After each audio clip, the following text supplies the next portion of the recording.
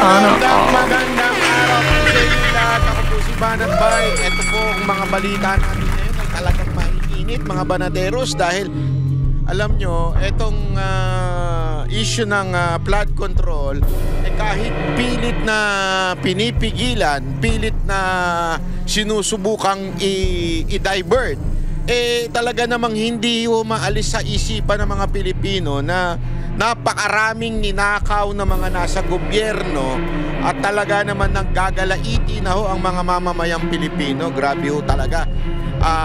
Ako nakakakita tayo ng ng mga maraming diversion na ginagawa, pero gayunpaman hindi ho nila maloloko mga Pilipino kahit anong gawin kasi ho ito ho'y judgment na mismo galing ho sa ating Panginoon. Kita nyo naman yung bahana yan. Diba yung palang panahon ni Marcos na nagmalaki siya na may 5,500 na flood control, kinabukasan ay binagyo. Yun lamang po sa halimbawa na ang kumikilos ay langit na. Ngayon po bawat bagyo, langit na talaga ang kumikilos. Bawat lindol, walang ginagawa ang lecheng gobyerno na ito.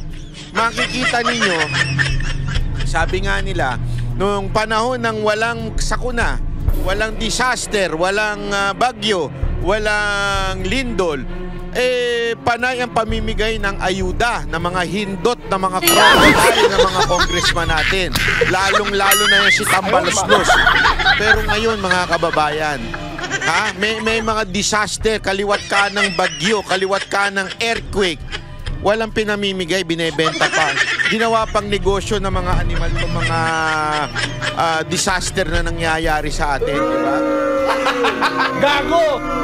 Na ngayon dapat nila pinamimigay yung lintik na ayuda na yan di ba? Isus Ginoo. Ngayon pa wala. Ngayon pa nyo bebentahan, mga kupal talaga kayo. Yun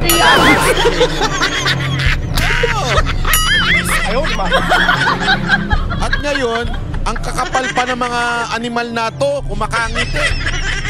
Kasi ngayong araw na ito, etong si Speaker Romualdez ay humarap sa ICI. Akala mo naman, yung mga media, tuwan-tuwa. Tuwan-tuwa ba kayo dahil bayad kayo? O tuwan-tuwa kayo dahil pag maganda ibabalita ninyo, may bonus na naman kayo kay Martin? Tatanong lang Tuwan-tuwa pa kayong mga ulul kayo. Akala mo naman may magagawa yung ICI na yan. Alam nyo ba yung lintik na ICI na yan? Wala namang kapangyarihan magpakulong yan. Alam nyo ba? Alam nyo ba na wala naman silang kakayanang gawin yan? Alam nyo ba na hindi nila man pwedeng ikulong si Romualdez? Alam nyo ba wala silang pwedeng ipakulong na congressman tsaka senador? Kaya isang katarantaduhan po yung ICI na yan. Ang pwede na nga lang sanang mangyari ay yung maging lantad sa publiko yung mga korupsyon na ginawa nito mga hindot na to. Kaya lang, itinago nyo pa. Ay, gago! Kayo na lang naglolokohan pa kayo, itigil nyo na yan. Sayang lang ang tubig, sayang lang ang kuryente sa ginagawa nyong yan. Sayang lang yung mga tauhan. Sayang lang isa bagay, may pamerienda sigurado sa mga media. Alam mo naman ng mga media, mga mga nauulol yan sa pera syempre, sa dami ng gastos sa mga hindot na yan. Hindi kasi alam mo, yan ang pinagkaiba ng vlogger sa media. Bakit? Sabihin nila yung media daw, aralin, hindi yung totoo yan. Media lang yan. Yung mga media na yan, matindi kasi ang overhead expenses niyan may opisinang pinatatakbo yan, may mga sinasahurang walang kwentang mga empleyado yan. Yung mga yan, alam naman po natin, ang taas ng kanilang gastusin. Kaya kailangan nilang bawiin yan Binabawi nila yan through humuhut yung mga yan sa mga politiko. Pangalawa, through ads sa kanilang telebisyon na kung saan sinesensationalize nila. Kaya nga madalas pa rin din nyo napapansin na nahimik na si Pangulong Duterte, nakakulong na doon. Ang lagi pa rin nilang lintik na topic is si Duterte. Kasi pag si Duterte mataas ang ratings, pagka si Marcos walang nanonood. Kaya ganyan, kailangan nila ng ratings for their ad. Alam mo nga, kaya nga malaki kasi yung gastusin nila eh. At least ang mga vlogger walang gastos, mikropono lang, tapos sa computer, ganun lang. Yun lang ang kanilang gastos, di ba? Kaya sa tingin ko, mas totoo at lehitimo. At sa social media, at tulad ko, pag may nakita kay mali, pwede niyong punahin, di ba? Pwede niyong sabihin, Banat Bay, tarantado kang animal ka. Wala kang kwenta, malito sinabi mo, ganyan-ganyan. At ako mismo makakabasa nun. Ako mismo makakakita nun. Hindi katulad ng mga broadcaster, mga news. Di ba? Hindi naman natin pwedeng sisihin yung mga news anchor o yung mga news reporter kasi ang gumagawa naman ng news niyan sa loob din eh. Sila'y taga-balita lang tapos chachap-chapin naman sa newsroom. Ang kumikita naman dyan, yung station manager, di ba? Gago! Sa tingin ninyo, hindi ako huwag nyo sisisihin yung mga reporter, huwag nyo aawayin niya, mga tauhan lang yan. Ang talagang bayaran dyan yung mga nasa loob ng newsroom. Binabati ko yung mga nasa newsroom ha. Limpak-limpak na kasi marami akong kilala dyan, mga executive, naka-sports car na eh. Oh, ano lang yan, nasa news lang yan ha. Wala naman silang kinikitang iba. Magkano lang ang sahod niya, mababa pa sa 50. Pero naka-sports car. Ay kasi nga, may ganun. Hindi, kaya nga yung iba, pansinin ninyo ha, may iba mga media nagbablog na rin eh. Kasi mas malaki naman talaga ang kita. Kasi diretso. Bakit mas malaki? Kasi nga diretso. Wala nang dinadaanan. Tax lang, binabayaran sa YouTube, binabayaran ng tax sa Google. Tapos, doon na yun na lang yun. Wala nang middleman. Kasi sa mga sa news, ang dami pinapasahod. So, latak na lang napupunta dun sa iba, sa mga empleyado. Underpaid, wala pang yung iba dyan, wala pang mga benefits. Oy, binabati natin yung mga cameraman na pinaglaban natin nun sa ABS-CBN hanggang ngayon wala pa rin kayong benefits. Sa mabuhay kayo ha, dahil nagtatrabaho pa rin kayo kahit wala kayong mga benefits. Di katulad yung mga amo ninyo, putang inang yan, kaliwat kanan ng kabit, kaliwat kanan ng chupageti, tapos kaliwat kanan pa yung mga sasakyan. Kasasabihin nila against corruption yung mga yan. Maniwala kayo dyan, mga ano lang yan. Hindi, totoo. Kaya nga dito, tiba-tiba na naman sila. Kasi bakit? Aba, lumabas yung kanilang kataas-taasang Panginoon. Eto, lumabas si Romualdez dito sa ICI. Ang humarap si dating Speaker Martin Romualdez sa Independent Commission for Infrastructure. Sinagot ni Romualdez ang mga tanong ng komisyon tungkol sa proseso ng pagpapasa ng budget at sa pagkakadawit niya sa maanumalyang flood control project. At live mula sa Taguig City, nasa frontline ng balitang yan si Gerard de la Peña. Gerard, ano ba ang mga naging pahayag dyan sa ICI ni dating House Speaker Romualdez? Ruth, natapos na nga ang isang hearing dito sa Independent Commission for Infrastructure o ICI kung saan si dating House Speaker Martin Romualdez ang pangunahing resource speaker. Sinasabi ni ICI Executive Director Attorney Brian Hosaka na ipinaliwanag ni Romualdez ang proseso ng pagpasa ng budget at kung ano ang naging papel niya rito bilang pinuno ng Kamara. Nakatulong naman daw ang mga pahayag ni Romualdez. Wala naman daw idinawit o sinisi si Romualdez. Hindi naman binanggit ni Hosaka kung sino ang mga kasama ni Romualdez, pero ipatatawag din daw ang mga ito sa susunod na pagdinig. Itinanggi rin daw ni Romualdez na pinadalhan siya ng pera na unang isiniwalat ng dating security aide ni dating Ako Bicol Party List Representative Saldico na si Orly Guteza. Nagsumite na rin daw ng affidavit si Romualdez pero pababalikin siya sa komisyon para sagutin ng iba pang tanong base sa salaysay. Nagpasalamat naman si Romualdez sa pagkakaimbita sa kanya ng ICI. Handa rin daw siyang bumalik kung kinakailangan. Narito ang pahayag ni Romualdez. I'm very glad that I was invited to the ICI to share my personal knowledge. Itigil ko na yung metformin ko at saka yung Ozempic ko. Mukhang mas nakakapayat yung stress kesa sa mga gamot na iniinom ko eh. Matagal ko lang tinigil yung Ozempic. Hindi daw maganda, sabi nila. Hindi, pero tingnan mo. Baka sabi pala ng iba, pumapayat daw ako. Salamat naman. Nagpapapayat po talaga ako. Hindi na po ako kumakain. Wala na rin po akong pangkain. Biro lang.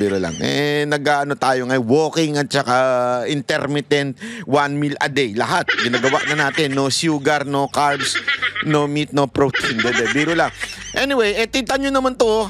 Mukhang haggard-haggardos na si Si Romualdez, so kitang-kita mo itsura niya, oh. Oh.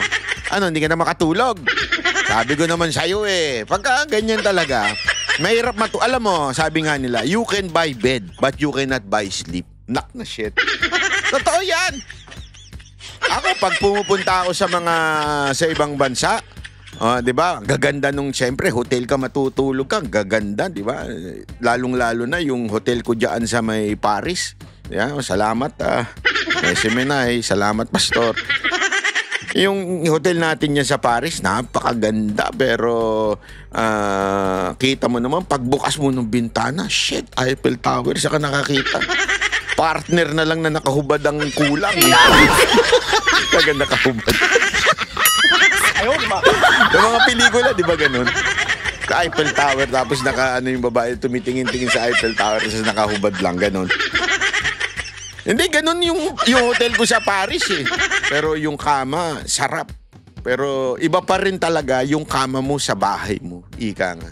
At iba pa rin talaga yung kama mo sa bahay mo na meron kang kapayapaan sa puso, na wala kang dinehado, wala kang niloko, wala kang ninakaw, wala kang, alam mo yung inaapakan na tao, mas masarap yun.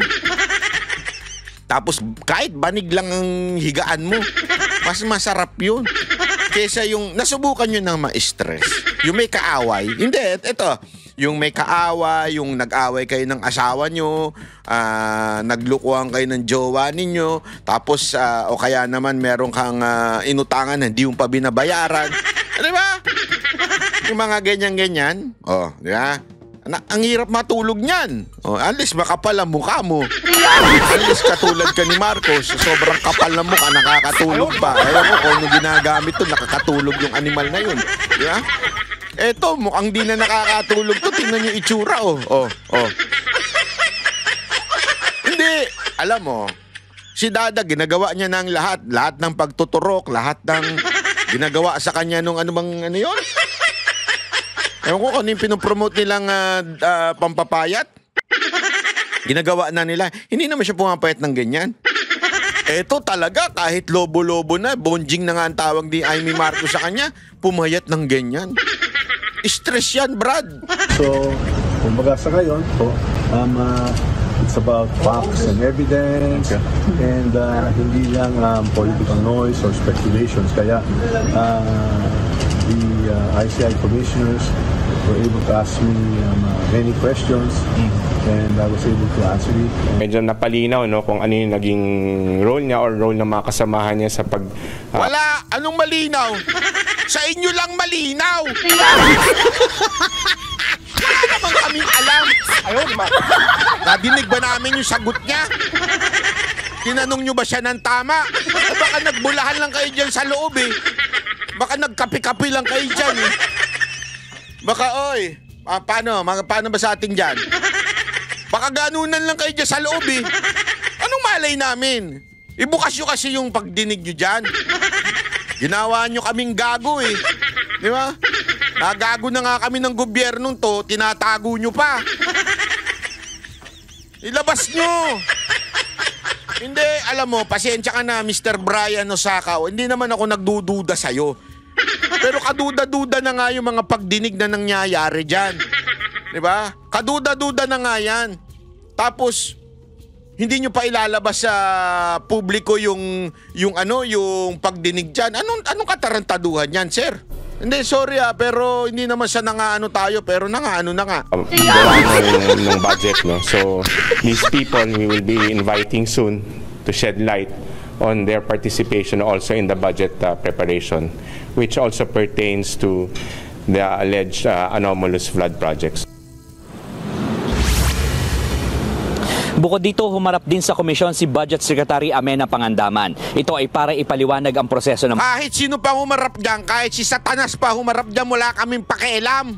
Hindi nyo ba ipakita sa amin kung ano nangyayari sa loob? Ano namin sasabihin na yan ay maayos na pagdinig, maayos na investigasyon? Wala naman kaming access. Ano to?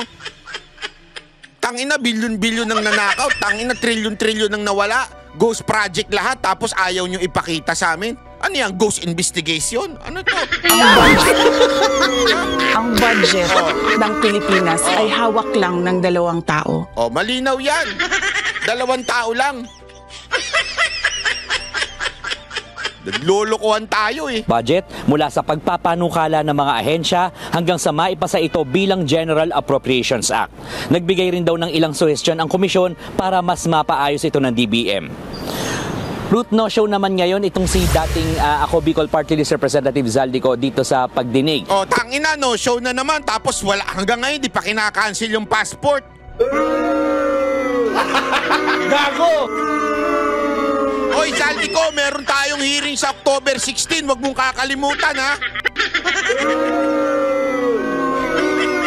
Pag hindi ka sumipot, ibig sabihin, bastos ka sa judge. Yan ang totoo.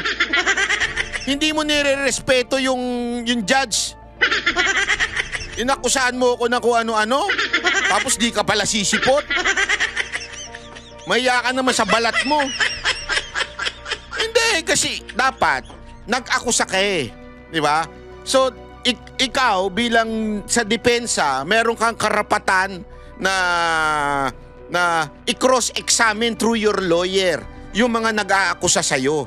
That's the due process. Yung inakusahan, pwede yun, trial by absentia, may tinatawag tayong ganun, okay lang yun. Okay? Pero yung nag-akusa, kailangan talagang sumipot. Kasi nga po, kailangan siyang tanungin, i-cross-examine dun sa mga akusasyon niya. Ang lakas ng loob mo mag-akusa, di ka naman pala aatin. Gago!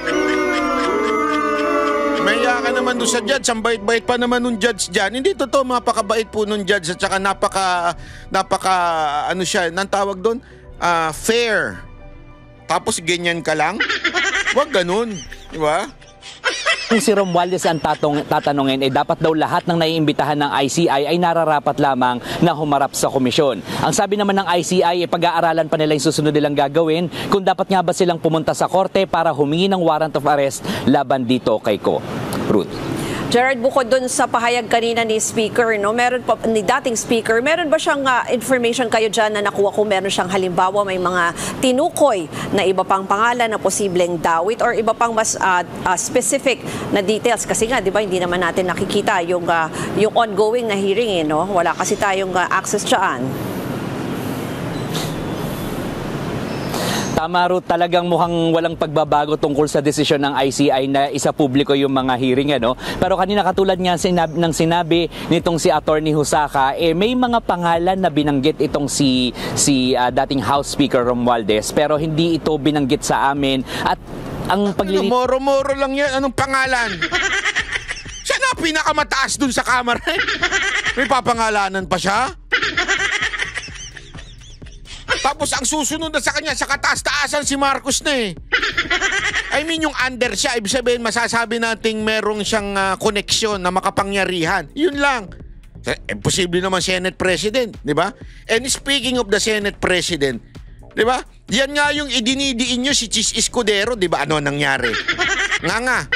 Walang kwenta. Oh. Yung pala ngayon, eto mga kababayan, gusto ko lang i-point out to sa inyo ha. Napaka-importante kasi na i-point out natin ito eh. Anong ginawa nila kay Chis Escudero? Di ba? Anong ginawa nila? Siniraan nila ng siniraan? Bakit? Kasi nga po, pinangalanan, si unang-unang nagpangalan diyan kay Romualdez, itong si Chis Escudero.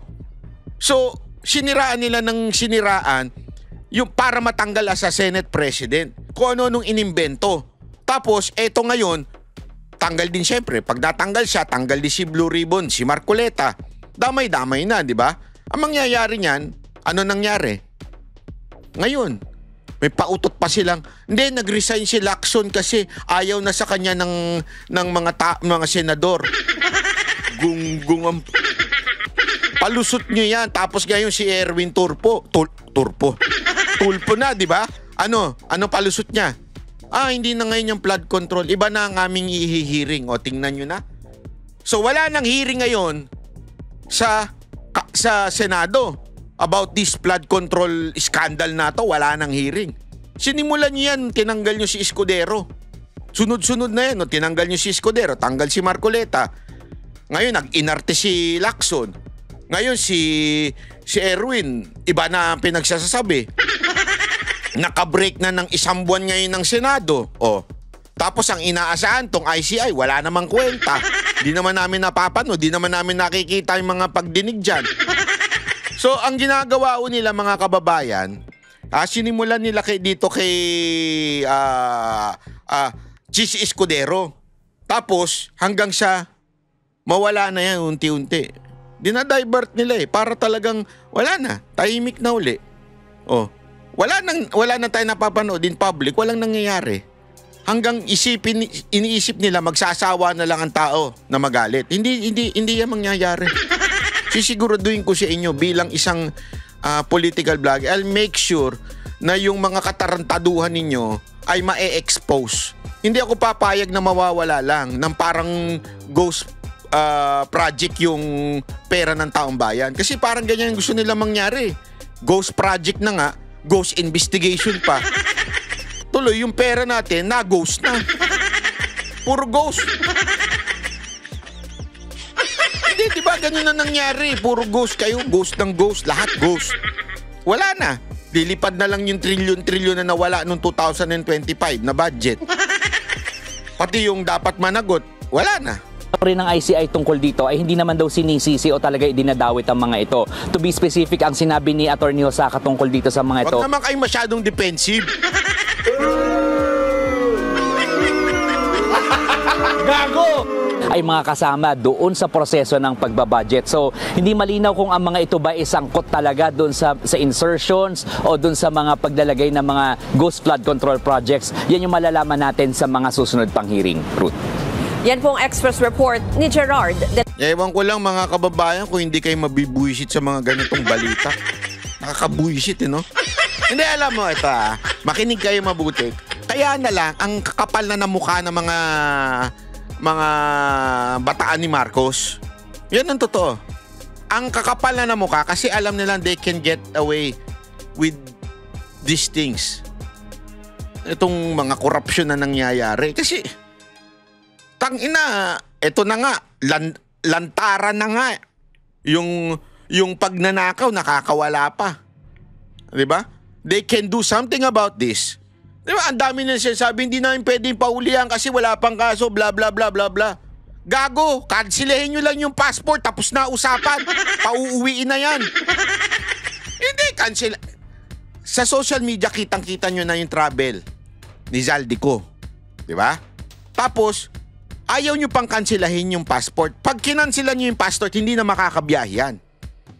Hindi na makakabiyahe yan. Tapos pwede nyo na siyang ipa-deport doon sa bansa na yun. Sabi nyo, ito, walang passport to, kinansilan na namin, no? I-deport na yan. Hahanapin na yan. Wala Ibig sabihin, nakakalusot yung mga inaakusahan. Ito si Romualdez, happy-happy pa, walang yan. Darating. Di ba? Kaya na rin ang kapal na mukha. Papakita ko sa inyo kung gaano kakapal ng mukha itong mga to. Eto, tingnan nyo. Pag dinig ito sa budget deliberation ito, tingnan nyo kung gaano kakapal yung secretary ni BBM. Wala pong discretion ang ibinigay sa akin ng basta excess mandate na yon. Mandate. Oo, maliwanag yung walang discretion na ibinigay. Basta excess revenue. Ang pakiusap ko lang, can you just spare the health? I mean, kung maaari, kung magkakaroon kayo ng mga ganong provisions in the future, wag lang po sana yung health. Ang ganda ng pakiusap ni Mr. Malasakit, di ba? Ang ganda ng pakiusap ni Sir Bongo Kita nyo naman. Siya kasi, alam mo, itong maman to, hindi to mahilig sa politika. Hindi ito yung senador na hindi confrontational even if loyal sa Duterte ito. Hindi ito confrontational. Ang kasi sa kanya, concern niya kung ano yung ikabubuti ng mga nasa baba. Ako okay na ako doon Kasi kita mo naman nagtatrabaho itong mama na to. Kasi marami nagsasabi na bakit daw hindi siya nakikipag-away. Hindi niya yun lugar Hindi niya yun papel, ika nga. Ang papel niya to make sure that our people, lalo na yung maliliit, matulungan. Especially sa health and sa sports. Yan yung kanyang advokasya talaga. Kita nyo naman ang sipag niyan. Siya gumawa ng Malasakit Center. Talagang yan ang pinaglaban niya noong panahon ni Duterte. Ngayon yung Super Health Center na sa mga barangay. Alam mo, kasi yan yung hindi makita ng mga iba na mayayaman. Kasi yung iba mayayaman, pag nagkasakit, pupunta na lang ako ibang bansa para magpagamot. Walang tiwala sa mga doktor natin dito. Di ba? Kasi may mga doktor nga naman dito na corrupt din. Hindi naman lahat. Marami dyan mga corrupt din na kontrolado ng pharmaceutical company na kahit wala kang sakit, re-resetahan ka. Ganun ka-corrupt sa Pilipinas Inaabot na kahit mga doktor. Basta makalibre lang yan ng hotel sa Pilipinas o di kaya sa ibang bansa. Ganun kakurap yung mga animal na yan. Ngayon, buti pa ito si Senator Bongo gumawa ng mga bagay para to make sure na mapagamot yung mga kababayan natin. Yung mga health center, super health center sa mga barangay. Kaya concern niya yan. At napaka-bait ng kanyang approach dito sa supposedly senador ka ha. Pwede mong hindi pala bembangin. Pangit. Pwede mong banatan yung secretary dyan sa susunod naman, wag nyo naman tanggalan ng PhilHealth. Pwede mong ganunin yan Pag pumalap, i-contempt mo, di ba? Pwede mong anuhin yan kung talagang gago. Pero ang bait ni Senator Bongo. Pero tingnan mo itong sekretary na ito. Napamura ako. Napamura talaga ako nung napakinggan ko ito Kung wala na, hindi na rin tayo papayag dito sa Senado ng gano'n. Yan ang Hindi na rin tayo papayag. Kita mo, nagsasalita pa, daldal ng daldal tong sekretary. Kung hindi nga rin namang, ayoko talaga. Ayoko. Pero ibig ko pong sabihin, kung meron man pong mga ganong provision na makita kayo, kindly spare the health. Tinan mo kindly spare the health. Kasi para sa akin talaga, PhilHealth is para sa health. Health, klaro Health ng Pilipino, PhilHealth. I agree totally. Ang pakiusap ko sa inyo, huwag nyo kaming utusan. Bastos ang... Gago! Tarat! Kupat!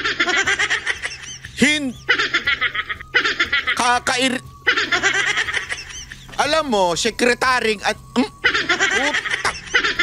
sekretary, makinig ka. Utusan ka. Public servant ka. Servant. Huwag kang yayabang. VIP ka rin katulad nung yung undersecretary. Kaya ang yayabang na mga ngayon Kasi nakakalusot sila Diba? Ang yayabang na mga opisyal ngayon, ganyan. Huwag niyo akong utusan. Gunggong! Public servant ka, uutusan ka talaga namin. Kami nagpapasahod sa'yo. Feeling VIP ka dyan. Inuutusan ka namin ng taong bayan through our representative, Senator Bongo. Sinasabi namin, huwag niyong pakialaman ng PhilHealth. Ibigay niyo ng tama yung budget sa health. Inuutusan ka namin. Dahil public servant ka. Yabang nitong akala mo kung sino makaasta. Hoy, wala ka na lang 3 taon dyan sa posisyon mo. Bababa ka na. Isiguraduhin ko hindi ka maboboto sa Senado. Sisiguraduhin ko yan. Di na nga nanalo yung anak mo Sisiguraduhin ko yan. Napakayabang nito. Hindi totoo to, mga kababayan. Public servant yan Hindi dapat nagsasalita ng ganyan. Di ba? Nakakabuisit, mga kababayan. Hindi tama yan. Hindi tama yung ganyang klaseng asal. Kaya na lang kita nyo yung undersecretary ng LTO. Mamaya pag-uusapan natin yan. Tang-inang yan. BIP. Puro ganun ng kagaguhan. Hindi. Alam mo, ako po. Hindi tama yung ganong klaseng asal. Hindi, pakita nga natin yung BIP na yun. Lintik na yan. Kasi nakakabuisit Ito, ayan. Ayan ha? Mga BIP kami. Lintik kayo? Anong BIP kayo? Alila. Ha? Public servant. Yang boss ninyo. Alam mo, ito Panoorin nyo to. Oh, ha? PR Undersecretary Ricky Alfonso na nasangkot sa insidente ng road rage. Napisto rin gumagamit ng protocol plate at blinker ang USEC kahit bawal. Nasa frontline ng balita. Tangina USEC lang naka-blinker. May protocol plate, mali pa. Yan si Gerard de la Peña. Ganyan na kagarapal ang mga opisyal natin sa Pilipinas. Garapal talaga. Sa viral video na ito, kitang nagtatalo ang driver ng F-Truck at driver ng SUV sa Katipunan Avenue sa Quezon City. Namamagitan naman sa kanila ang mga traffic enforcer. Ginitgit kami, dalawa eh. VIP kami, ginanong kami. VIP, ulul! Tangin ang VIP. Una sa lahat, kung sino ka mang security ka dyan, kung nagsisecure dyan sa VIP mo, wala kang karapatan. Hindi ka nga PSPG. Balita ko ha. Tinanong ko yan, kinonfirm ko sa loob ng PSPG yan. Alam mo kasi, eto ha, to be honest, ang PSPG, may ano yan, very professional na mga tao yan. Eto honestly ha, kasi marunong sila eh. Pagka medyo mayabang sa kalsada, hindi PSPG yan. Ang PSPG maganda training yan. Nababoy lang naman yan nung panahon ni Torre. Pero ngayon, nung panahon ni Torre at saka panahon ni Marvin. Pero ngayon, maayos siya mga PSPG na yan. Napaka-professional yan, lalo ngayon sa pamumuno. Hindi ako nagbibiro. Matinong tao kasi po si Nartates eh. Kaya ako botong-boto ako dun eh, nung naging PNP chief si Nartates. Napaka-boto ako dun. Kita mo, hindi mapapil sa media. Nakakatakot kasi yung mahilig sa media eh. Ito si Nartates, professional. Trabaho lang. Diba? Kaya yung mga nakalagay ngayon na mga direktor sa PSPG at yung mga nasa baba pa, mga dire-direktor, mga profesional. Hindi ganyan umasta mga PSPG. Matitino yan, hindi nga yan. Takot nga yan sa mga sa mga maling gawain kasi nga syempre madedemanda sila. And they are the only mandated na to secure real VIP. To secure yung mga may death threat. Sila ho talaga yun. Etong mga ganitong asal, nabigyan lang ng baril ay yayabang. Hindi, ako Eto gusto ko lang sabihin.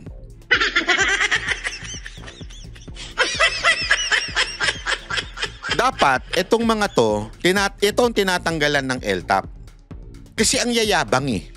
Hindi ho tama na magyabang ka. Never, alam mo, you have to be a responsible gun owner. Yan ang napaka-importante. Ang baril ginagamit for protection. Not to flaunt, not to para yumabang ka, tumaas ang ego mo. Hindi yon. Ang baril, para depensa lang yan. Sa sarili mo at doon sa kasama mo. Nasa batas po yan eh. Pwede mong depensahan yung kasama mo pag may nakikita ka ng in danger. Para sa protection, defense, ika nga. Hindi para yumabang ka, may baril na ako, kaya astig na ako, VIP to, VIP. VIP mo mukha mo. Public servant yung boss mo, VIP. Nag-ugat daw sa gitgitan ng pagtatalo. Hindi kita sa video, pero ayon sa F-Truck driver, sinaktan siya ng driver ng SUV. Pare, VIP, wag kang ganon. Hindi, VIP. Paulit-ulit na binabanggit ng SUV driver na VIP ang kanyang sakay. Hindi to PSPG, sigurado ako. Hindi ganyan umasta ang PSPG, matino. Hindi, walang biro. Hindi ho sila, may VIP ako. Wala. Kasi pwedeng makasuhan yung mga PSPG kung magiging mayabang. Naku, hindi ho sila matitinuhong tao yung mga yan. Hindi ganyan. At saka yan protocol yan. Pagka na-encuentro ka na sa ganyan, hindi, kaya nga meron kang mandato na proteksyonan yung VIP mo. Hindi ka makikipagtalo sa kalsada, aalis ka. Kung sinasabi ng danger yan, may danger na nangyayari, alis! Yun ang protocol, hindi makipag-away. Ba't ka makikipag-away?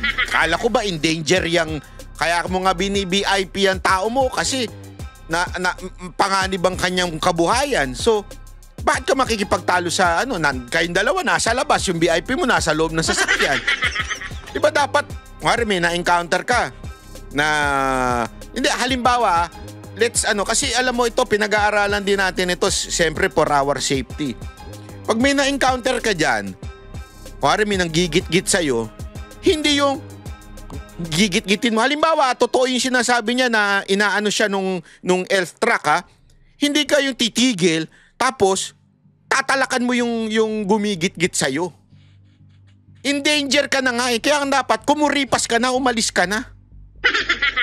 Feeling VIP talaga Pwede naman, sana kung nabangga, sana kung nawasak yung sasakyan. As a matter of fact, protocol nga yung pag binangga ka, hindi yung titigil ka Kasi malay mo yung bumangga sa'yo nananadya, tas pagbabarilin na kayo, ambush na pala yun. Diba dapat pag binangga ka, sibat? Kasi ang priority mo, yung VIP mo.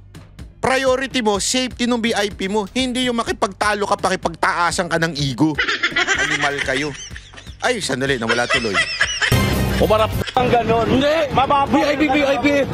Paulit-ulit na binabanggit ng SUV driver na VIP ang kanyang sakay. Hindi kasi VIP yung dala namin Dapat matukoy kung sino itong lintik na VIP ng VIP. Natukoy na yung Yusek nung nagmamaneho. Natukoy na yun si Yusek Ricky Alfonso ng DOTR. Kung nandyan lang si Secretary Vince, kung nasa DOTR pa, si Bakyan. Sigurado ko. Ngayon, wala. Mahina nila lang. na kami Makikitang may plakang number 10 ang sasakyan. Nakalaan yan sa mga mahistrado ng Court of Appeals. Mantakin mo, judge ang ano niyan. Dapat kasuhan na kaagad yan Mantakin mo CA yan Eto mataas-taas yan. Ibig sabihin ng CA, isusunod na sa Supreme Court yan. Diba? Tapos, ginagamit yung plaka na yan. Wow! Ang kapal na mukha mo. Ang kapal na mukha mo. Court of Tax Appeals, Sandigan Bayan at Solicitor General. Nakarating sa Department of Transportation ang viral video. Sa kanilang investigasyon, napag-alamang si DOTR Undersecretary Ricky Alfonso ang nagmamayari ng sasakyan. Kasunod ng insidente, ipinag-utos ni Acting Transport Secretary Giovanni Lopez ang pagbawi sa protocol license plates. Hindi lang pagbawi. Tanggalin nyo na yan. Idemanda ninyo, tanggalin nyo na yan. Anong pagbawi lang? Alam mo kaya nabibuisit sa inyo yung riding community? Sorry Ako, pinagtatanggol ko lang yung mga riding community. Kasi pagka riding community nag-commit ng konting mistake, kukuhanan ninyo. Ang tawag-tawag, kukunin ninyo yung mga motor nila. Tanggalan ninyo ng plaka, ang laki ng penalty. Ang kakapal ng mukha ninyo para bigyan ng matinding kaparusahan itong mga riding community. Kayo mismo, tauhan nyo mismo. Kupal. Sorry totoo naman Wag magalit na kayo sa akin pero that's the truth.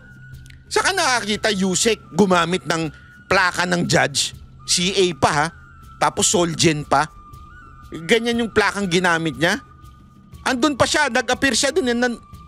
Ewan ko ba? Ba't di nyo patanggalin yan? Napakakita na, obvious na. Sasabihin nila, imbestigahan pa, imbestiga. Kitang-kita na sa video siya, bumaba siya bumaba po siya Hindi ko nga maintindihan. Tapos sasabihin, investigasyon pa. Mga opisyal ng DOTR at attached agencies. Pinagpapaliwanag din ng ahensya si Yusek Alfonso at ang kanyang driver kaugnay sa paggamit ng number 10 na plaka at blinkers. Meron lang naman na mga qualified na ahensya na ito pala ang bagong LTO chief. Gago! Sino ba ito? Sabi nila, ito daw yung isa sa mga naghain ng isa sa mga nagdala kay Pangulong Duterte sa dahig. Naalala nyo yun sa video na nandun na nagbigay ng para ewan ko kung ano yung binabasa nito, hindi naman warrant yun. Diba? Pero isa ito yun. Wala mangyayari dyan sa LTO. Hindi nga ito marunong sumunod dun sa article doon sa yung ICC. Tapos idilagay nyo pa dyan. Reward? Reward po ba yan, Marcos? Lisa Marcos, reward po ba ito? Reward ba sa kanya ito? Dapat gumagamit niyan, hindi individual o government official. Yung mga hindi authorized na gumamit niyan, tigil-tigilan nyo na ngayon. Naks, kala mo talaga Suspendido totoo, ng 70 araw ang lisensya ng driver ng SUV. Sinesante na rin daw ni Yusek Alfonso ang driver. Isinuko na sa Land Transportation Office ang SUV na may protocol plate. Humarap na rin sa hearing sa LTO ang driver ng SUV. Nagbabala naman ng LTO sa mga gumagamit ng protocol plates kahit hindi otorisado. May napansin kasi ako ng mga gumagamit na mga protocol plates na ano ba ang termino doon? Parang replika o ano ng protocol plates. Medyo mahigpit ako dyan. Naks na. Mahigpit. Mahigpit. Sabihin nyo sa akin mahigpit. Pag tinanggalan nyo ng lisensya, yung nagdadrive at saka yung LTO USEC na yun. Tanggalan nyo muna na lisensya yun. Maniniwala kami mahigpit. Yung driver ng USEC at si USEC, tanggalan nyo ng lisensya. Tandaan nyo, license is just a privilege. So ibig sabihin, pwede nyong tanggalan yun bilang parusa. Kasi alam naman natin mga kababayan, kung kakasuhan mo yan, it will take time unless bilisan ng CA. Hindi pala CA yung una. RTC pala muna. Yeah? Pero it will take time pag kinasuhan mo yan. Pero immediate, pagka ni-revoke nyo yung license. Kasi kung kaya ninyong gawin sa mga kamote rider, diba ginawa ninyo yan sa kamote rider, yung mga vlogger, na epal, mga gunggong, mga kamote vlogger, na may ginagawang katarantuan, nire-revoke nyo yung license. Bakit ito, abusado, hindi nyo i-revoke ang license? Nakakita kami, yan sinaano ko sa law enforcement natin, yung mga plaka na hindi authorized, kahit protocol plates, temporary protocol plates, hindi alam. Alam mo, buti na lang talaga yung plaka ko kakaiba rin eh. Yung plaka ko tumutunog. Yung plaka ganun. Hindi nyo na alam yun, matatanda na kasi kayo eh. Yan, huli yan. Pag pinag-aaralan namin ngayon sa legal kung paano i-impound. Wala pang pahayag si Transportation Undersecretary Alfonso kaugnay sa insidente. Wala na, tapos na yan, lusot na yan. Ganun sa Pilipinas eh. Gago! Kaya ang yayabang ng ng mga bibigyan ko pa kayo ng halimbawa. Hindi, kaya ang yayabang po ng mga politiko sa atin, yung mga public servant, eto USEC, feeling VIP, feeling judge, di ba? Yung si secretary, feeling niya, presidente siya, wag niyo akong utusan. Sira ulo ka ba? Dinideliberate nga yung budget So may karapatan ang senador to oversee the budget. Huwag utusan. Kita mo yabang nito mga to? Hindi ito, binibigyan ko lang kayo ng sample. Bakit nga? Kasi nga balik tayo doon sa mga akusasyon sa mga korap na mga politiko tulad ni, ewan ko na lang. Pinalalagpas nyo, pinababayaan ninyo makaalis ng Pilipinas. Tapos yung isa naman, tinatago ninyo yung mga katanungan sa kanya. Pinalulusot nyo, naturalmente, yung mga yan, magyayabang na rin yan. Kasi nga sa Pilipinas, hindi pa po ba kayo sawa na walang naman nakukulong sa Pilipinas na korap? Wala namang natatanggal sa posisyon na mga korap? Hindi ba kayo nagsasawa?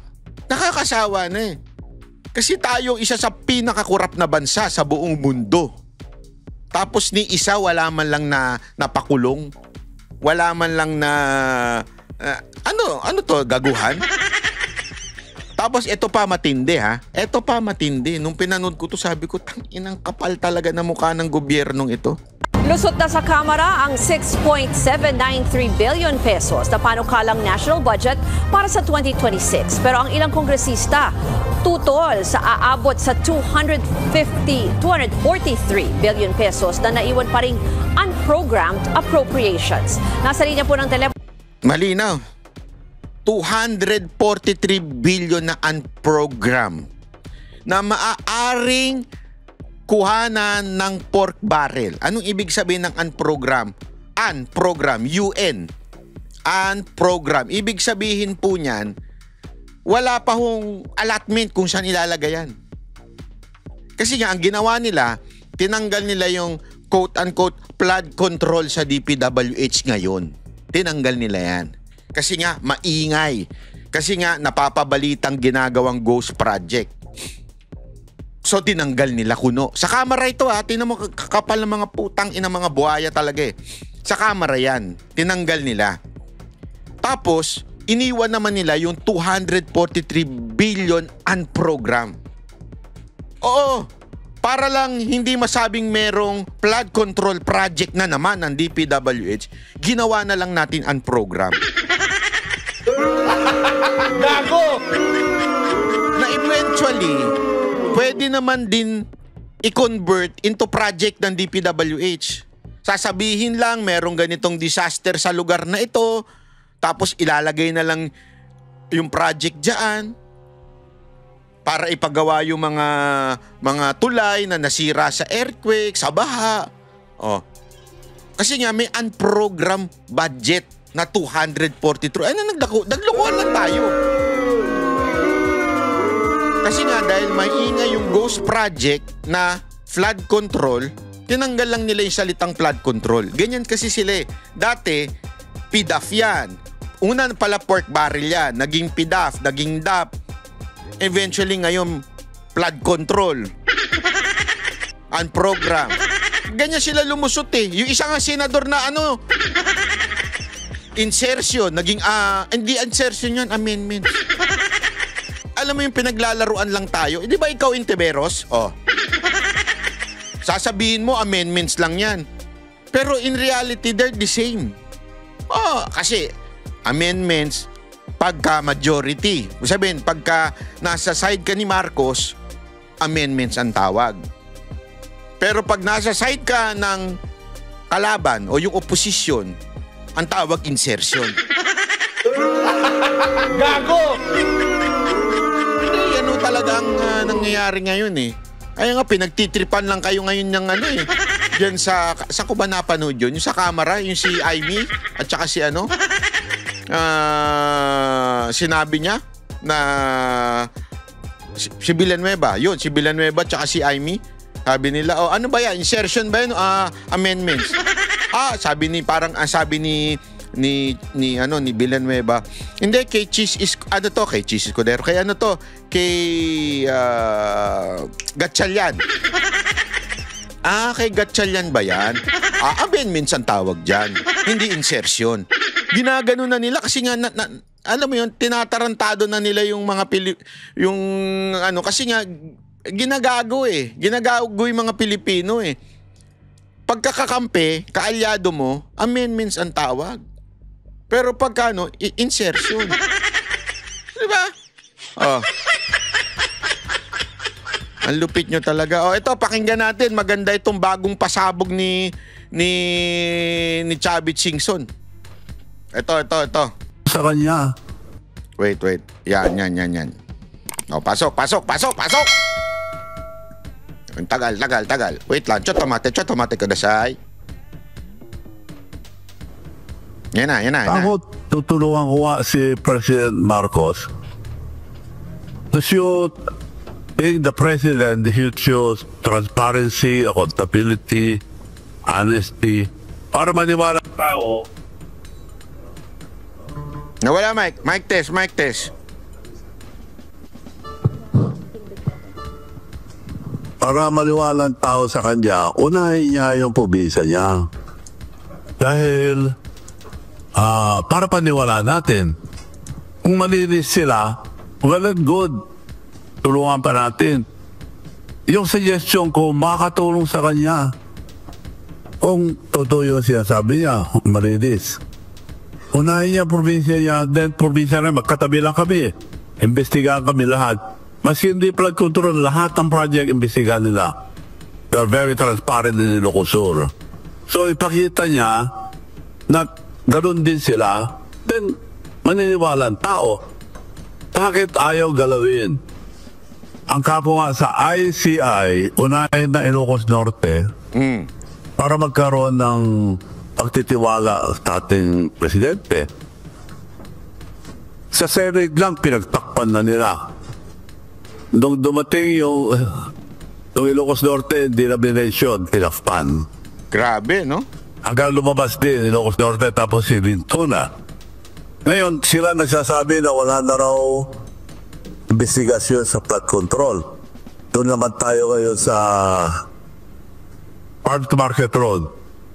So, ibig sabihin, ang daming dadaanan, issue, na nag-divert na sa tunay na issue. Nagsabi ng ICI, ang daming ghost project. Bakit tayo pupunta sa another project? Ibig sabihin, bisigan niyo muna lahat yan hanggang matapos ang term ko. O hindi tayo umabot sa kanya, wala na, tapos ang term niya, alis na sila. Ang galing, ano? Kasi ang Pilipino, madali makalimot. Yung tama yung punto ni dyan eh. Ha? Ang galing kasi, mantakin mo na ganyan ang ginawa ni Marcos. Kunwari, na iniimbestigahan niya. Siyempre, pag investigasyon, matagal. O, tapos na siya, ando na siya, lilipad na naman niya sa ibang bansa, bye-bye na sa atin, wala na, ubos na. So, paalala ko lang sa ating kababayan, yung nangyari sa parents nila, napatalsik, napaalis, due to graft and corruption. Nakakaya nga, nasa Guinness Book of Record. Ang tatay nila ang sama pangalan. Akala ko nilinisin na nila nung inimbita ko na tumulong sa pagtakbo niya sa vice presidency. Ako lang nagsabi na presidente muna, at that time wala tatalo kay Inday Sara.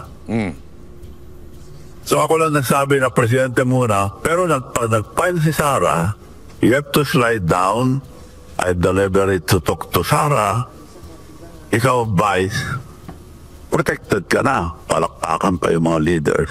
Mga ulol, sabi no? niya, thank you, Manong. Yun lang. So all the way tinuruan ko. Pera, lahat, nagkakabaon ng kontribusyon.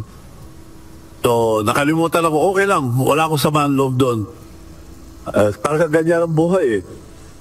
Kaya lang may Alzheimer ako dahil kasi buta na nga eh. Of course, tumulo ako.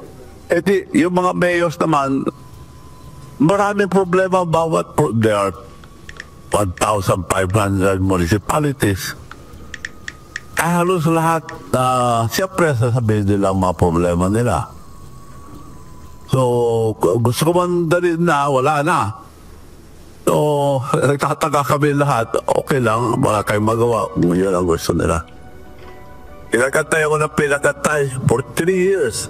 Antay ka lang, antay. Hanggang naging anti-Marcos na ako. Yun! So, yun po ang nangyari. Sana po, wag tayong pabudol. Dahil, ang liwanag, sinabi na ang ICI, maraming ghost project. Bakit tayo pupunta sa Farm to Market Road? Bakit pinaibisigan ngayon mga iba? Hindi naman po tayo gago lahat ng mga Pilipino. Parang ginagago na tayo mga Pilipino. Siya naglabas. May Alzheimer nga siya dahil hindi niya alam, damay siya. Sila ang target, third biggest beneficiary of the Diskaya. Paano nakakuha si Diskaya ng 31 billion in 3 years na term ni BBM? 31 billion nakuha niya. Matagal na ako sa construction business. Never ako nakatanggap ng 1 billion na nakapag-project ng 1 billion. Ngayon ako pa binibitahan ngayon. Wala kami project ni Diskaya ron. Wala kaming... sa akin listahan lahat. Si Diskaya, 31 billion nakuha. Sino nagbigay nun? May connection sa taas. Paano nakarating mga Diskaya sa Ilocos Norte?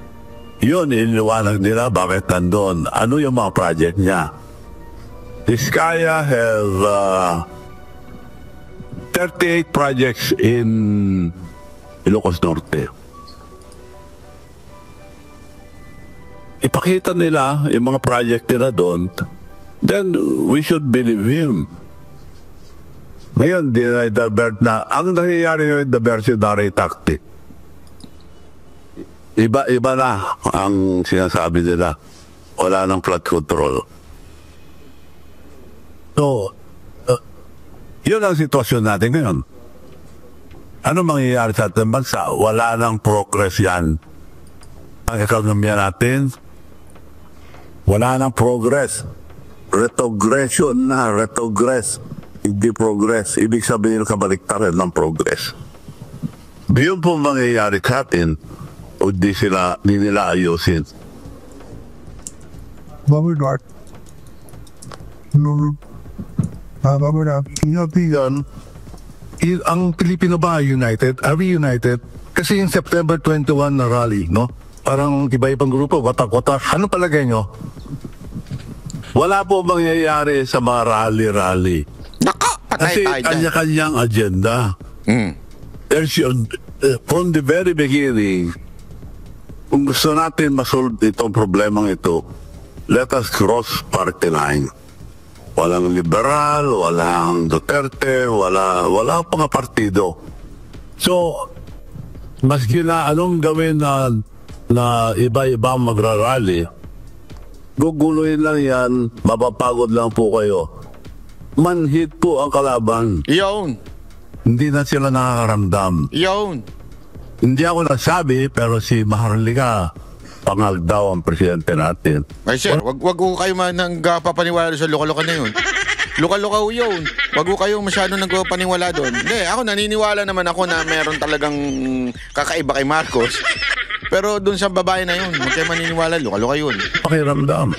Hindi niya na alam ang gagawin. So, maski mag-protesta kayo, di magre-resign yan. Actually, yan din ang sinabi ni VP Sara Duterte. Kahit Marcos resign, wala mangyayari. Wala mangyayari.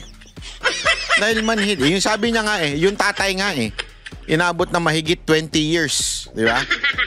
Hanggang halos matigok na nga tsaka pa talaga na pag-isip na umalis na lang ng Pilipinas I mean, ganun lalo na ngayon, di ba? Sabi nga ngayong panahon ngayon, people will be lovers of themselves. More, di ba?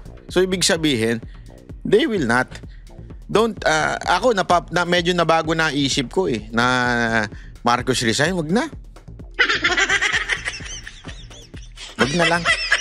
I think, siguro, mas pwede pa nga i-push yung snap election Kasi at least, dun sa snap election, wala nang kulay.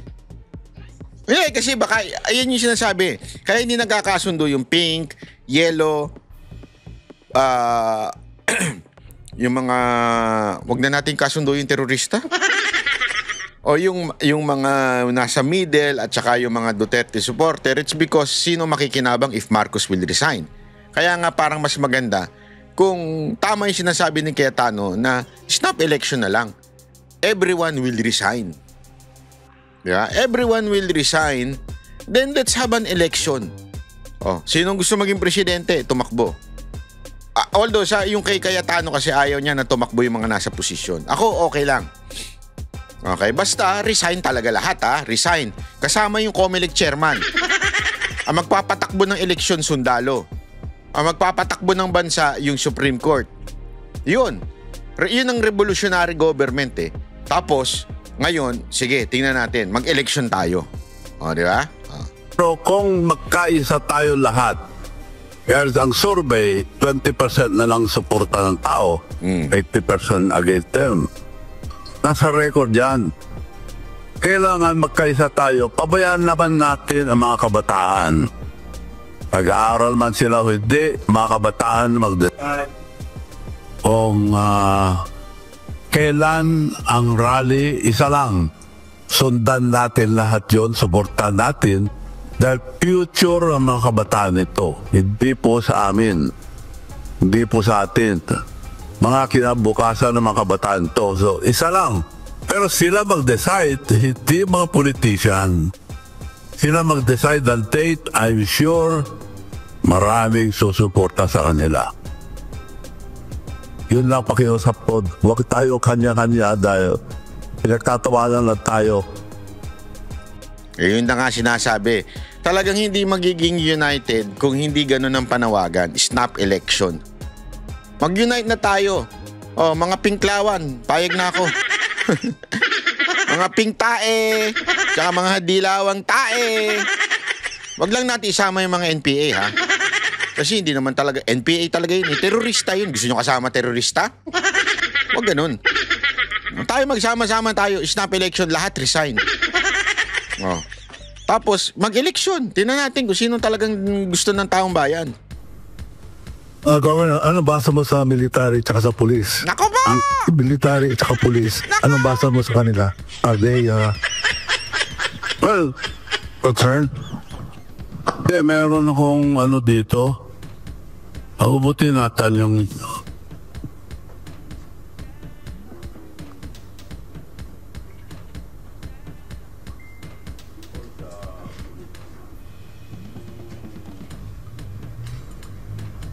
later on, I will ask you open forum, so you can ask your questions, but make it brief, okay, and to the point. Yeah, I don't know.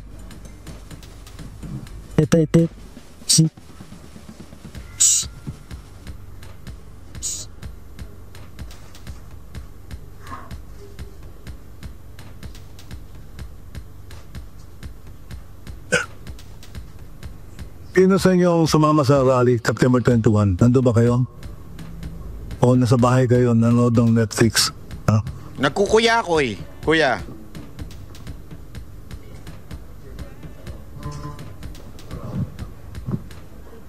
Pero, yung sinasabi yun, yung September 21, magulo po yun dahil kanya-kanya. Yung mga liberal, kami lang, sabi nila. Ang ginawa ko lang, nagpakain lang eh. Kinain naman nila. So, magpunta ko sa kabila, dadalhin ko rin yun. Marami kasi kami portable kitchen, 6. 6 din ang portable hospital namin. May disaster. Ayun nga, galing na sila sa Bicol, nasa Cebu sila, pauwi na. Pagod na ang mga doctors namin. So, umiikot po yun. Now, ako naman, nagpakain lang noong 21. So, maganda naman lahat. Kaya lang may nanggugulo na. Yo! Nung umuwi ako ng hapon, di ba ng crowd? Dumating na yung mga manggugulo. So, doon na lang tayo magpakain sa tabi, sa EDSA ko rin dyan, ako. So, doon ko lang pinarki yung mga ibang truck ko. Kumakain naman lahat. Ang buong punta, dumadaan. May dumadaan doon na binugbog yung kitchen. O ano nung sinasabi. Bumalik. Naka-black sila, nakamaskara ng black. Noong bumalik, tinanggal yung mask niya. Ano sabi? Pasensya na po, malaki ang binayad sa amin, sabi niya. Nako po. Nino, sino nagbayad? Sino nagbayad? Nakita niyo yung kwento? Siyempre, nagtulong ito si Chubby Chingson ng food truck, di ba? Yung mga alam mo, yung binibiling truck na may pagkain. Tapos, nung nandun daw, may mga dumaan ng kabataan na nakamaskara. Nakaganon. Alam mo na yun, di ba? Yung pinopromote nung may toyo. Nakamaskara. Di ba sabi ko sa inyo, ayaw nyo maniwala sa akin eh. Yung may toyo na yun. Bayad yun eh. Oh, di ba? Nakamaskara. Binugbog, ginang-ganon daw yung winawasak-wasak daw yung food truck, tapos umalis. Bumalik, wala nang maskara. Ano sabi? Nung nagbayad sa inyo, sabi yung mga nagpapakain, si Martin Romualdez at saka si Personality, sabi nila. Kita nyo na. Although di ako naniwala, yun ang sinabi yung mga dumaan. So, ganon ang... Kita nyo na? Hindi, kasi alam mo, connect the dots na lang eh. Diba, sinabi nung Nilakas Tama, binanggit niya yung mga rapper at vlogger na bayad di umano daw ni Martin Romualdez. Diba, binanggit ni Lakas Tama, hindi po ako nagsabi nung si Lakas Tama. Si Makagago nga umamin eh, diba? Bayad siya. So alam natin na meron talagang mga bayad. Tapos nalaman natin From Makagago, alam nating may bayad. From Lakas Tama, alam natin yung nagbayad ay si Martin Romualdez, sabi ni Lakas Tama. Tapos, binanggit yung pangalan ni Boss Toyo. Si Boss Toyo naman, nag-promote ng rally. So, kung i-connect mo yun, posible ba na totoo yung sinasabi ngayon ni Chavit Singson na binayaran daw di umano, allegedly, ni Martin Romualdez at ni Lisa Marcos yung mga nanggulo doon? Posible kaya? Through that connection? Kayo na ho mag-conclude. Hindi na po ako. Kayo na mag-conclude. Ang nangyari noong 21. Now, gusto ko lang ipaalala sa mga sundalo, mga pulis. Ano? The constitutional duty of the AFP. Yes. Protector of the people and the state. Yawn. For our mutual education, a primary provision that defines the duty of the armed forces of the Philippines under the Constitution in Section 3, Article 2, which provide that civilian authority is at all times supreme over the military. Yun. The armed forces of the Philippines is the protector of the people and the state to secure the sovereignty and the state and the integrity of the national territory. Ayun. Reading of the above provision does not say that the AFP is the protector of the president and his government. Ayan yung sinabi ni protect the president Buti pa ito si Chavit, alam niya yung konstitusyon. Tanda natin, AFP, you're the protector of the people, not the protector of the pension. Kaya sana, protect the people. Protector of the people and the state, hindi po yung presidente. Yun ang nasa konstitusyon. Ayaw. Kasi sinasabi nila, nasa konstitusyon, protect the president. Hindi po. Should protect the people. Yun po ang question mo. Okay, so Governor, you're suggesting the following. Dapat mag-unite ang mga tao sa rally, no? So isang rally lang at itabi ang mga agenda. Okay, pangalawa, palagyan mo ang military police susuportahan kung maraming tao ang magra-rally at kabataan ang maglilid ng rally. Ang palagay ko kung kabataan na mag-umpisa, marami pong susuporta. Pati mga military, pati mga pulis. Dahil may mga anak din sila. Kinabukasan po ng anak natin lahat. Pati anak ng mga sundalo, anak ng mga pulis. Kinabukasan nila ito. Kung mangyayari ito, maubos mo tayo, ang mga opisyal natin, aalis lang. Wala madademanda. During the time na pulis, sino nakulong si the pulis? Yung mga nakaw, wala. Including BBM, nagkakaso rin. Ito mga record. Bongbong Marcos sued for plunder over pork barrel scam. Nako. Ang liwanag po dito, siya ang nademanda noon. Kasama pala daw siya, di umano siya na polis, tapos wala lang din. Gago! Tangina, naging presidente pa. Hayop talaga, oo. Wala nangyari. 200. The group cited Marcos special allotment orders that paneled 205 million of Marcos paid up to the Bogus Foundation Social Development Program of Farmers Foundation. Grabe, Bogus Foundation. Naka, Marcos! Kinanaka ngayon ni Chavit. Meron ka pala mga Bogus Foundation. Sana bumili ka na lang sa Dior, sa mga Bobby Brown, diba? Sa Mac. Bakit bogus naman yung foundation mo? Pambira ka naman, SDFFI, the president who is. At nandito natin mag-ginamit yung mga fake na organisasyon. Pinunduhan ng 205 million. Ano nangyari? Wala ho. Wala. Nga. Kinulong yung ngayon. May testigo na nagtuturo, yung Marine. Hindi na raw makonsensya dahil naawa sa mga anak niya. Ngayon siya pa may kasalanan. Bakit siya pa demanda? Ay, sus. So, wala na po mangyayari sa atin. Wala na. Dapat testigo siya, protektahan na siya at idemanda na yung mga tinabi niya ron. Wala, binaliktad nila, siya pa idemanda. Ganun po ang sistema natin ngayon, nakakatakot po. Grabe, no? Walang nangyayari na sa ating bansa. Wala talaga. Kung matolerate itong sistema na ito. Diversionary tactic lahat ang ginagawa. Tinaimbestiga lahat ng mga kasama niya ngayon. Siya lang ang bida. Dinalaglag na lahat. Basta, wag na lang siya. Pag umabot sa kanya, laglag lahat. Tapos na ang term niya. Wala na. Nga Governor, tayo. kilala mo si Presidente. Anong mensahe mo sa kanya? To BBM? Masyadong sabihin ko po, mahirap mapagsabihan yung mga bangag. Naka po, patay tayo dyan.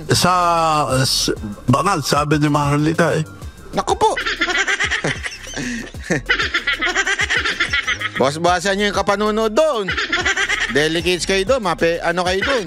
Alam mo naman yun, may sariling agenda sa buhay yun. Wasakin ng mga Duterte supporter. At saka, nahuli sila kasama si First Lady noon may reporta sa US na namatay yung anak ni Tantoco. Umiyak daw yung asawa para tumawag ng 911, ayaw patawagin dahil na-overdose ng drugs. Now, may report na yun. May report na on record. 12 hours after sa report, bawal po yun. Naka po. It's against the law sa US. Lininis nila lahat. Report nila, report ng mga US. 12 hours, lininis nila lahat. Pero nagkalat pa rin daw ang cocaine. Galing po sa Amerika yung report na yan. So, Miri, talagang may nagda-drug sa kanila. Nako po. Nag-cocaine. Nako po. Shit. So, paano sila mamumuno sa ating bansa kung matolerate ito? Nako. Marami po silang pera. Yung nga sinasabi ko na attack dog. Ngayon, kinakakat na ako yung mga attack dog. Marami yan. Pinamumunuan ni Claire Castro. No, pero marami silang mga trolls. Pero si Claire Castro ang kumukumpas. Pag kami sinabi si Claire Castro, ipapalo up ng mga tangang trolls. Ang attack dog, ulol na aso, pag nakaamoy ng flood control, kakagat. So yun ngayon, ang kumakagat sa akin, ang dami ng kakuha. Kung totoo yung sinasabi nila, pakukulong ako. Wala po katotohanan. Ako record lahat. Magbesa mo record. Puro record. Now, siya sabi nila, weteng load daw ako. Ano ni GMA, pwede kong ihin lahat. Wala akong isang kinuhang weteng.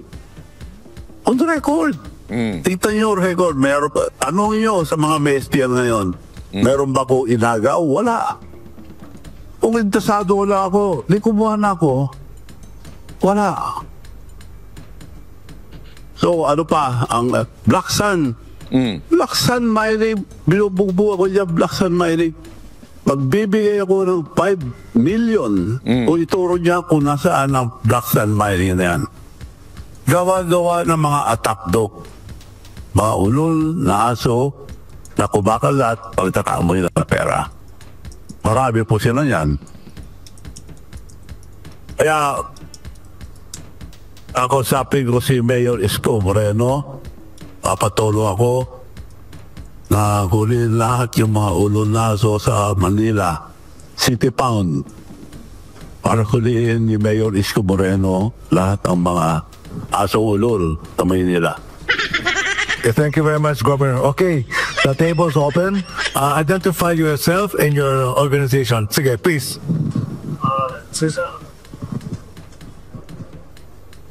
Manong, good morning po. Aaron from SMNI. Manong, kahapon po, no, you have mentioned in an interview with Miss Karen Jimeno, yung revolutionary government. Can you explain to us, for the benefit of the viewers, kung ano po yung revolutionary government at bakit kailangan ito ng Pilipinas ngayon? Revolutionary government, para yung ginawa ng panahon ni President Cory. That's the only way. Dahil ang batas natin magaganda. Ang implementasyon hindi mo maganda. Kung magkaso-kaso ka lang, walang mangyayari. Yan, nagdana tayo dyan. Nakulong pa, wala. At kung magbayad ka ng parking fee, naka-parking fee lang yung kaso. Ang daming backlog. Kung may pera ka, bigyan mo lang pera yung masi sa baba lang, hindi niya akyat. Naka-parking fee, matutulog. Namamatay na yung postigo. Grabe. Namamatay na yung nag-complain. Wala mangyayari. Kaya nakukulong yung mga maliit na tao. Alam mo kasi ganyan ang ginagawa nila. Para lang sa kaalaman ninyo ha, lalo na yung mga may hirap nating kababayan dyan. Kaya ingat kayo kasi pag kayo kinasuhan ng droga o di kaya yung kinasuhan kayo ng sasabihin, pinatay nyo si ganito, si ganere. Ano ito non-bailable ho ito. Matik ka, kulong ka. Non-bailable. Tapos, ang mangyayari niyan, sabi nga ni Chavit, sa experience niya, hindi ko experience, wala pa naman ako kinasuhan dyan, ano ka, didemanda ka, kakasuhan ka, tapos para madiin ka, kasi non-bailable nga huhulihin ka, so under trial, supposedly, sana kung ordinaryong crime lang yan, pwede mong i-bail habang naghihiring kayo. Ito, since non-bailable yan, taniman ka ng droga, taniman ka ng baril o ano ba ito, tsaka yung pagpatay. Kung non-bailable yung mga yan, kulong ka.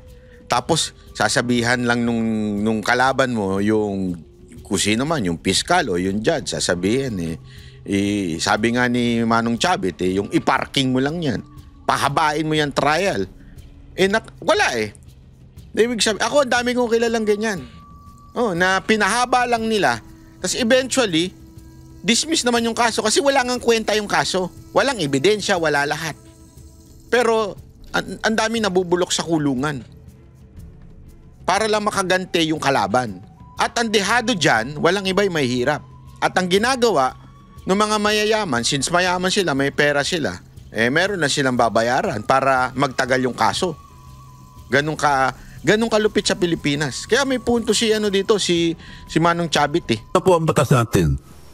So the best, my suggestion ko lang, kung gusto ng tao na pagbabago, it should be a revolutionary government. Yaon. And wala pong makita leader na matino. Wag yung tanggalin naman yung mga nakaupo. In fairness to them, marami naman magagali, marami. Yung mga kurap lang. Ang acting president galing sa Supreme Court. Doon sila mamili. Kung sinong acting president, they will advise us. They will set a date for a stop election for president. So, yun po suggestion ko lang. Okay, follow. Bali, yun po ba yung nakikita ninyong solusyon para matuldukan na po yung mga alleged na corruption sa Inulit-ulit pa, sinabi na ng revolutionary government ang gusto niya Joke lang. ating gobyerno? I think that's the only way. Magkakaso ka ngayon, yung testigo, babalik rin pa nila Yung pa makukulong, testigo. Sisiraan at takdong. Tapos, siyang pang kakasuhan. Babalik rin nila. Ang system ngayon. So the only way, the best is a revolutionary government. At ang Supreme Court, ang mamamahala muna. Dahil ang gobyerno natin, parang kotse yan na maski overhaul mo, maski palitan mo lahat ng pyesa, hindi naandar. So kailangan natin ang bagong gobyerno na mamamahala. Let the Supreme Court decide kung sino muna ang acting president, then they will advise us what to do. Yung current system natin, wala ko mangyayari dyan. kaso-kaso. Walang mangyayari sa kaso-kaso. Nasubukan ko lang. Aabuti ng siyam-siyam. Mamatay na yung nag-complain, mamatay na yung witness, wala pa rin. Basta may pera ka. Maliban na lang kung tututukan ng media. Pero wala na rin eh. Mga Bayad media na rin ang minsan, media eh. silent na rin. Bayad na So, rin. ganun kalakas ang flood control fund. Maraming pera po sa flood control. Ghost project. Thank you, Governor. Question from, please identify yourself. Professor Alex Pacto. Can you tell us, you can see, yes, Wilson from Philippine Star. Governor, there are reports saying na may mga tao daw gusto gawing state witness si Speaker Martin Romualdez. Anong reaction ninyo sa mga reports lumalabas na yung controversial suggestion daw na gagawing state witness daw ang Speaker of the House? Niloloko na taong bayan. Siya ang main principal na karakter dito. Siyang may kasalanan na lahat. Sa investigasyon din na, doon na lahat ang pera. Gawin mong state witness. Payag ba tayong paggago? Di naman gago lahat ng Pilipino. Huwag tayong bayag po. Gagawin tayong gago. Yung state witness, yung mas lesser ang kasalanan. Hindi yung principal na. Sabi may lumabas daw na si parang na Mandoyan. Yun dito narinig ko na may lalabas na solve na raw, may lalabas daw na testigo credible from Leyte.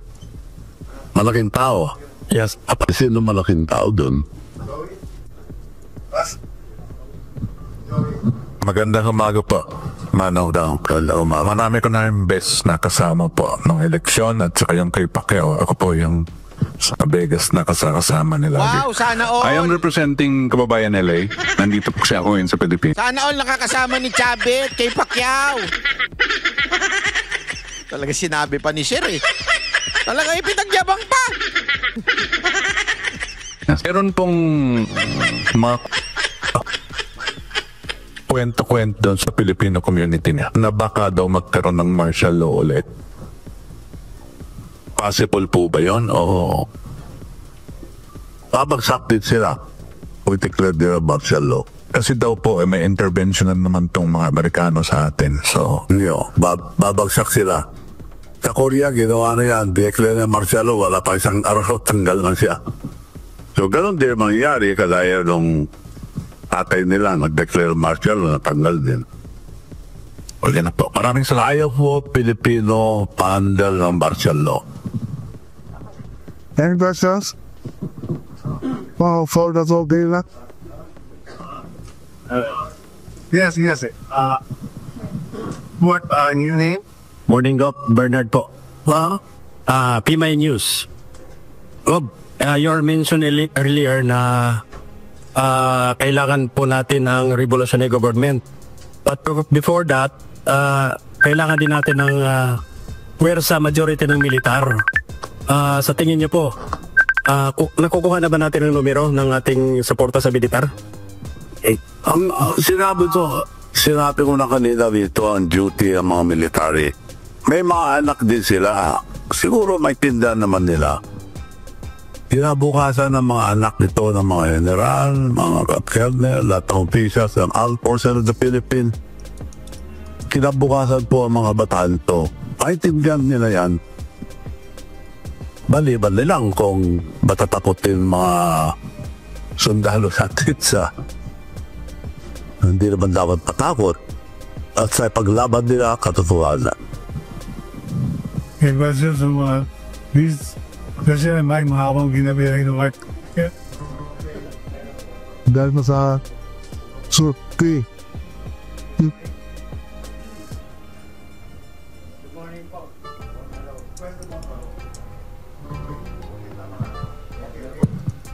Good morning po, Manong. Manong, gusto ko lang po itanong sa inyo, yung ginawa nila si Senate, ano po ang comment ninyo dito sa ginawa ni Pampero Lacson na nag-resign sa investigating committee?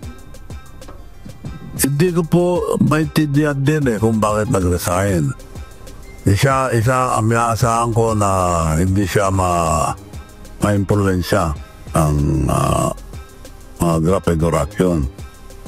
Kasi siya po nakita ng mga tao na maging hope ng para magkaroon ng justice about the flood control. Pero yun din akala ko eh. Knowing election, dapat tuwan-tuwa ako na nanalo, binoto rin namin siya. Apo. Kung makisama siya sa administrasyon, that's another story. Siya nang mag-decide dyan. Pero di ko ninaasahan. Ang alam ko, independent-minded production. Kasi on the onset po siya ang very hot to pursue yung mga cases ng flood control. Suddenly, nag-iba. Ilo na, tuliro na rin ako. Nangyayari sa ating bansa. Ano yung changes sa bagong ombudsman? May bang ombudsman si Reluya? They assist the controversial choice of the ombudsman. Bago na upo, sinabi na niya, unahin niya si Duterte. Iko, dapat unahin niya yung priority yung mga nangyayari ngayon. Una raw gagawin, babalikan niya si Duterte. So, maliwanag yung message niya. Alinagay siya yan ni BBM for his own protection. Para mag-demand naman sa kanya, walang nangyayari. Kaya, kailangan natin ang ibang gobyerno. Yung posisyon na yan, 7 years, karbarit. Wala makagalaw kay BBM for 7 years. Matagal na siyang pupunta sa stage o babalik na sa stage yan. Wala mangyayari. Governor, kilala niyo si Magalong? Mayor Magalong? Yes, Mayor Magalong. Anong basa niyo? Bakit siya nag-resign sa IC?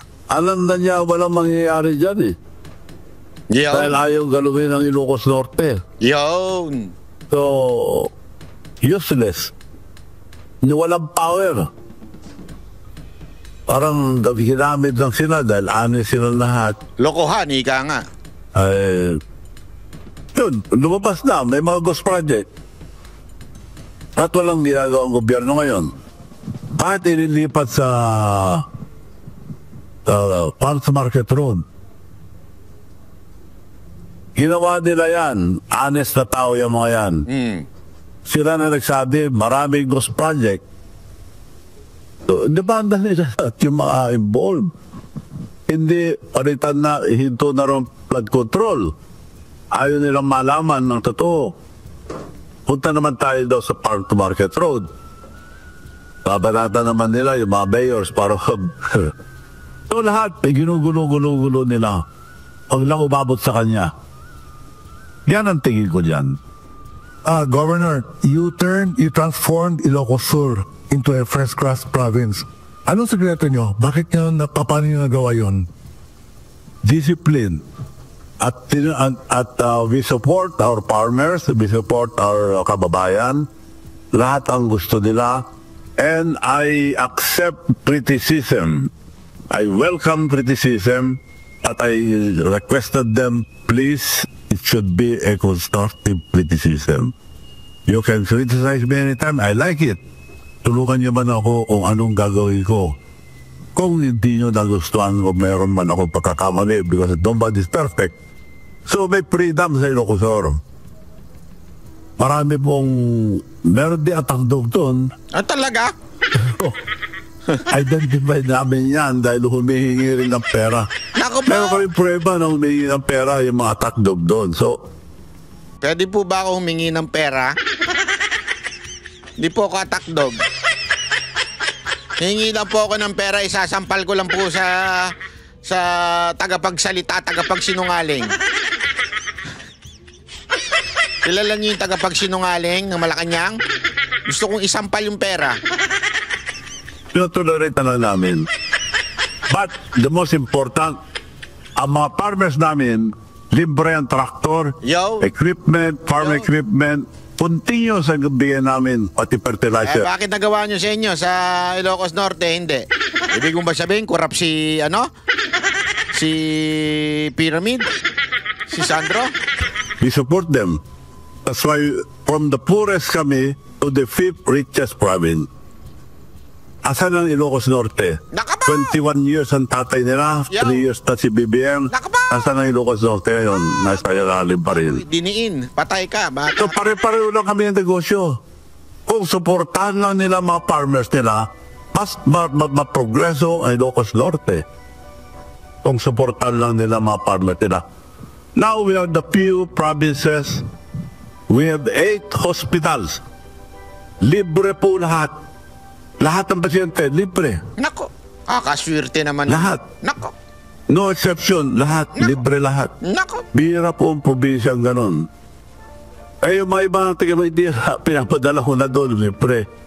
Yung mga nagdadialysis, libre. Lahat. And we have 8 portable hospital. 6 portable hospital. Grabe naman, para mo naman sinabing sobrang corrupt ni Sandro Marcos na walang ganyan sa kanila, sa inyo lang meron. Grabe naman yan, sir.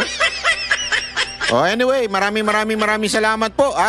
Kita nyo naman yung speech po ni, hindi naman, mga press con pala, hindi speech. Press con po ni Chavit Singson. Grabe talaga, kakaiba ho talaga.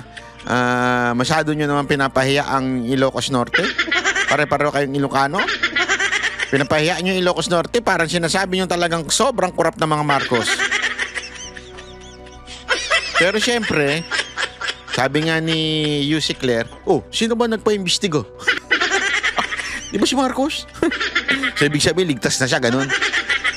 Ay nako, maraming salamat po. Kita-kits po ulit tayo bukas.